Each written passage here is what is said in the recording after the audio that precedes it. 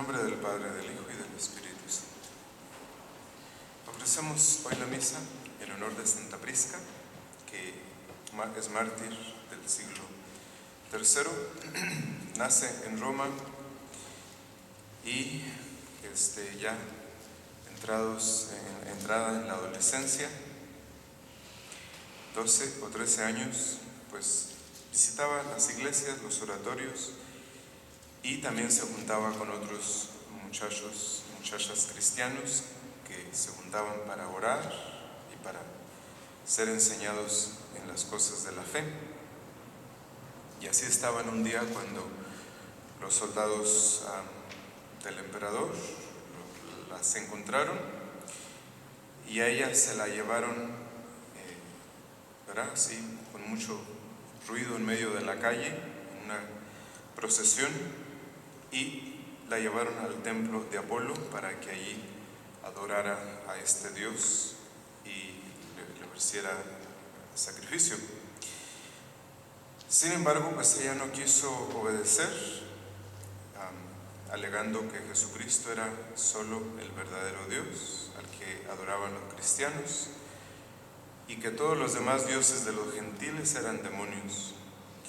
Entonces el emperador mandó que la abofetearan y la llevaran a la cárcel y la azotaran. Y así sucedió, aunque nada de eso le atormentaba ni se dejaba vencer. Después de muchos intentos por querer obligarla a que dejara su fe, el emperador mandó que le cortaran la cabeza. Y así sucedió el 18 de enero del año 262. Muy bien, pues eso es lo que se le conoce como confesión de la fe. Que la confesión de la fe tiene estas dos formas, estas dos acepciones. La confesión de la fe consiste primero en un acto por el que el hombre acepta la revelación de Dios públicamente ante la Iglesia, primero por el bautismo ante la Iglesia y después por el martirio ante el mundo. Entonces la confesión de la fe lleva a estas dos cosas juntas, el bautismo ante la Iglesia y el martirio ante el mundo. Entonces el mártir pues es simplemente un bautizado, que lo único que está haciendo es terminar la tarea, ¿verdad?, de dar testimonio de Dios ante la Iglesia públicamente por el bautismo y dando testimonio ante el mundo por el martirio. Entonces, la confesión de la fe en los primeros siglos de la Iglesia siempre conllevó las dos cosas, el bautismo y el martirio.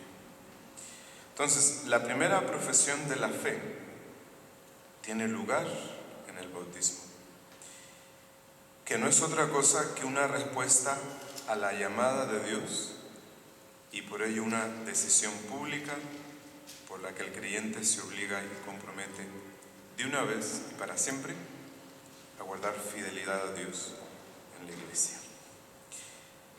Y el martirio es la consumación de la profesión de fe hecha en el bautismo.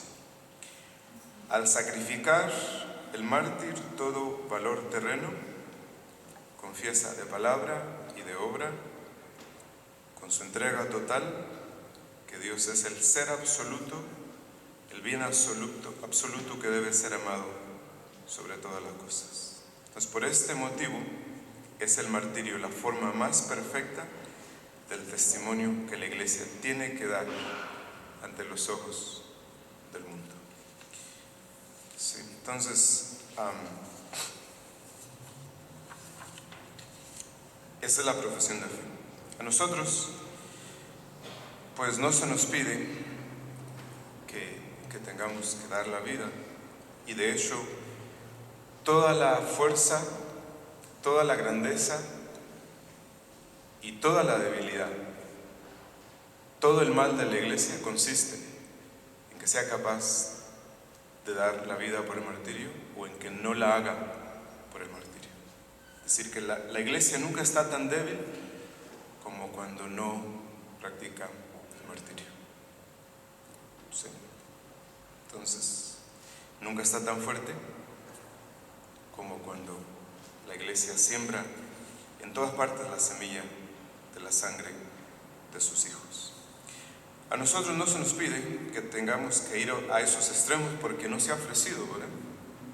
Y en último término, no sé si nosotros tuviésemos la gracia de hacerlo si se llegara a ofrecer. Entonces, ahorita no tenemos la gracia para dar la vida en el martirio. Sí tenemos la gracia para dar la vida de otra forma, que constituye también una profesión de fe. Por ejemplo, el cumplir con nuestros deberes bien, el hacer obra bien hecha, el tener ordenadas nuestras pasiones, ¿sí? El tener controlada nuestra imaginación, nuestra memoria, nuestros sentidos internos, perseverar en la gracia, hacer bien nuestro trabajo, resolverse a amar a Dios y agradarle en todo. Estas cosas son para nosotros martirio, porque cuesta. Y sin embargo, la gracia que recibimos de Dios todos los días, la recibimos para hacer estas cosas, por amor a Dios. ¿Sí? Entonces, el martirio tiene lugar de todas maneras. La vida nuestra de todas maneras la tenemos que dar.